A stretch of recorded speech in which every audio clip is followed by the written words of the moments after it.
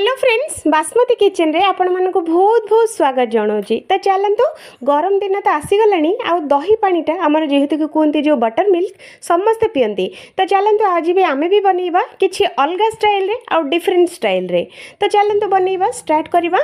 तो प्रथमे एमिति गोटे बड़ जगाटा नहीं जावा। तो मुझे बड़ जगाटा नहीं जाइए। तो ता देहरे दबा गोटे कप आमर दही। एटा पूरा फ्रेश दही अच्छी। तो से खट्टाटा पूरा टिके नाकु कम अच्छी। जदि खट्टा दही नौथुबे तो निहाती टिके नाकु कमे दियंतु भल लागिबो। ता देहरे पकेबा आमे एठी पुदीना पत्रर बास्ना आ टेस्ट बहुत बढ़िया से लागिबो। तो ये दे देछि मु पुदीना पत्र। तापरे दबा एठी किछि कट्टा हिथबा हमर कंचा लंका क राग जदि अधिक खाउथबे तो अधिक पकांतु नहले कम कर दियंतु। तो ता देहरे पके नबा किछि हमर छेचा हिथबा 1 इंची हमर अदा नबा ताको बढ़िया से छेचिकी एठी हमें पके नबा। तापरे पकेबा आमे किछि भृसुंगा पत्र जोतक हमर बास्ना आ टेस्ट बहुत बढ़िया लागिबो। एठी दे दबा 1 टीस्पून आमर चीनी खट्टा मिठा राग को पूरा बैलेंस करिवो। तापरे स्वादटा पूरा डबल होके आसी जिवो।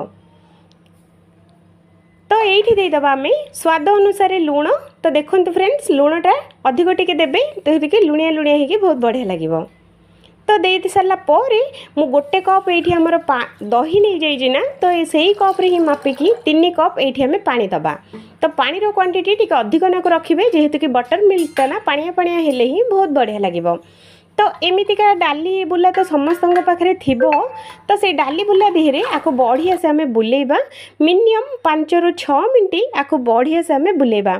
जेते बुलेबे आमर जो कंचा अदा कंचा भृसुंगा पत्र कंचा पुदीना पत्र तापर आमर लंकार टेस्ट पूरा चारिआडे पूरा मिक्स हो जिवो। आमर बटर मिल्क रो असल टेस्ट एठी आमर पळे आसीबो। तो सेति पई मिनिमम 5 ରୁ 6 मिनट पर्यंत एटा को बढ़िया से आमे बुलेबा।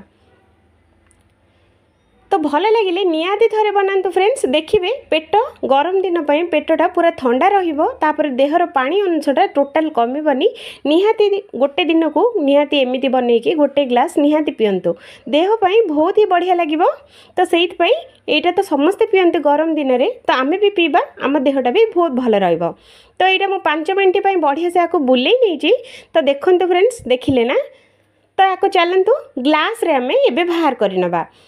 तो आपण माने जो ग्लास अच्छी से ग्लास नियंतु। जदि एमती कलरफुल ग्लास अच्छी तो निहाती नियंतु देखिया बहुत सुंदर लगे। तापर पिया भी गोटे अलग मजा आसीबो।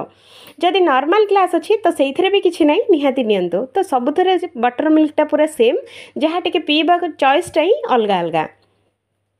तो ये सबुतक आम देदबा एमिति छोट छोट ग्लास रे दे देबे।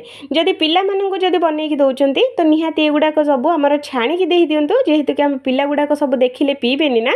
तो सेइत पई ए पत्र हमर अदा सब छाणी की पिला माननको दियंतु। तो देखंतु फ्रेंड्स मु बनै सारजी देखिले ना हमर बटर मिल्कटा पूरा पूरी रेडी हो जाइए।